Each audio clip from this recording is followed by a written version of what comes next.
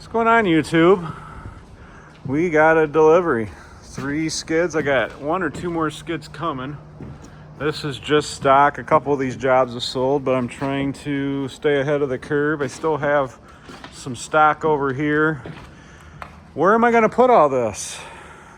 Do you know, Tyler? Because my barn is filled with shit. So I think we're gonna clean this area out here. I got a 40-foot ladder I'm gonna get rid of. If you know anybody who needs a 40-foot ladder, I have one here for free. I'm gonna clean this area here out, and then I'm gonna get some pieces of plywood put down, because obviously my floor is not cemented because I'm cheap and it's filled with shit.